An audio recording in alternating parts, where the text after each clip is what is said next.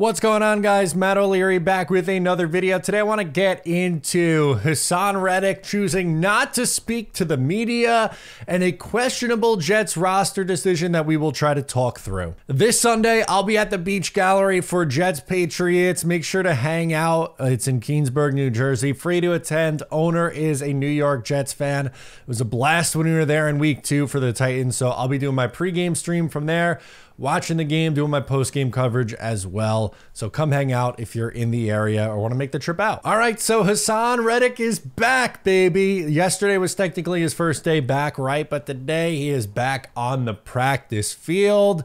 And he was in the locker room. And what the story was, as of yesterday, it was Haason Reddick here. He's not going to talk to the media today. He'll talk tomorrow meaning Thursday.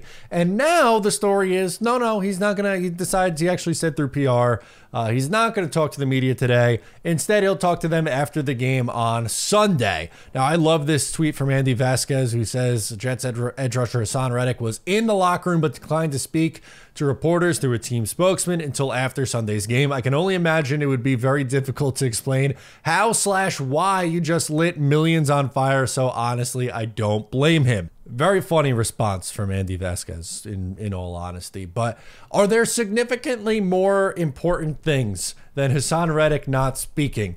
Yes, there is. The team is on a 4-game losing streak. I just want them to win on Sunday against the New England Patriots. That's all I care about. Haason Reddick not facing the music or putting off the music till after the game just seems silly. It doesn't seem worth it. I don't know why he can't just go up there and give the, I'm happy to be here, glad we were able to work something out, glad I was able to come in here, give the no answer to the obvious questions that are coming about why did you do this, blah, blah, blah. Like, waiting only makes it worse. Take it from a habitual procrastinator. Putting it off does not always end in a positive.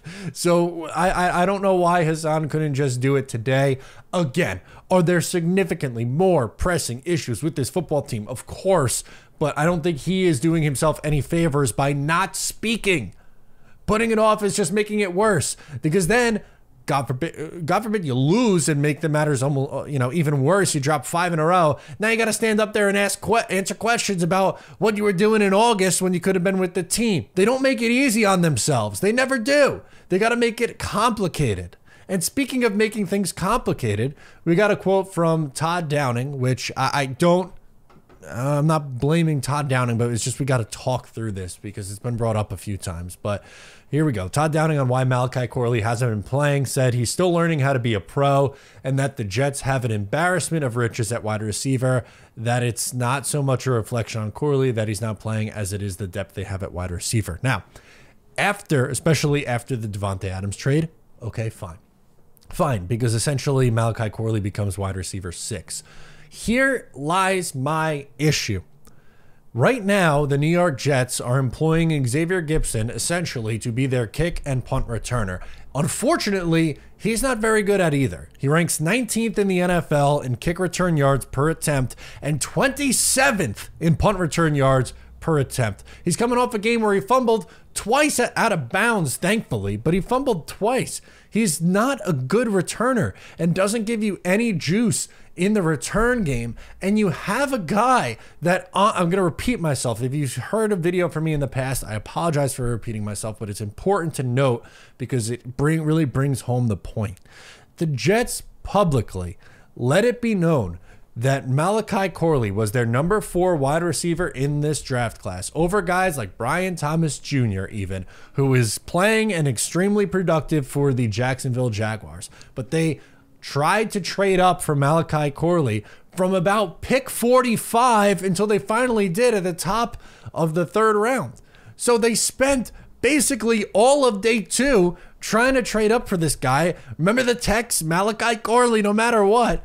And you can't figure out a way for him to get on the field when your offenses looked like hot garbage. I'm not saying Malachi Corley's ever going to be the best wide receiver in the world, the best route runner, but his nickname is literally the Yak King, yards after catch king.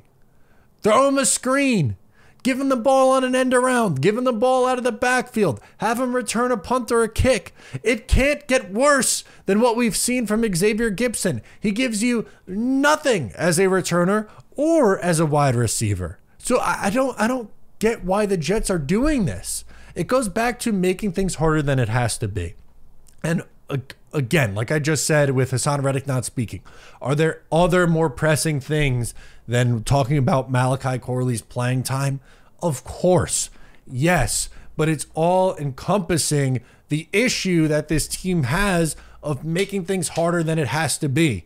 You can like the player in Malachi Corley. Do you have to release on your public video on YouTube that it's Malachi Corley no matter what? You got to trade up for the guy. You show yourself on camera. Joe Douglas is dialing the phone. Hello, from pick 40 essentially onward.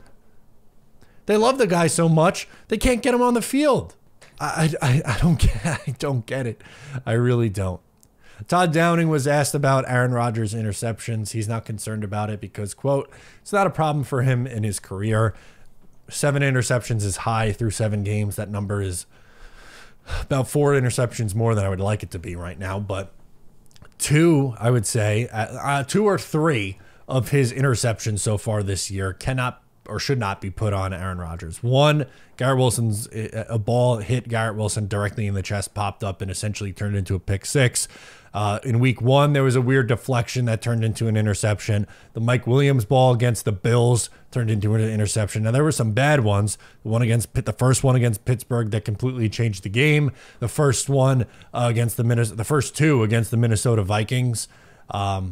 The last one against all of them against the Minnesota Vikings. There's exceptions to the rule, clearly. But am I concerned with Rodgers' interceptions? I'm more concerned with him being a walking injury from the waist down, dealing with the hamstring, 2 knees, and an ankle sprain. He's going to be on the injury report the rest of the year. I hope the Jets protect him better this week than they have in the last couple weeks gone by, and that mostly has to do with Tyron Smith at left tackle, who, again, if we want to start up another rant, the Jets took an offensive tackle, a left tackle specifically, 11th overall, and you have a left tackle who's been struggling, and the left tackle who was the top draft pick isn't getting on the field yet. I don't know. Beats me. Let me know your thoughts in the comments. I'm Matt O'Leary, and I'll catch you next time.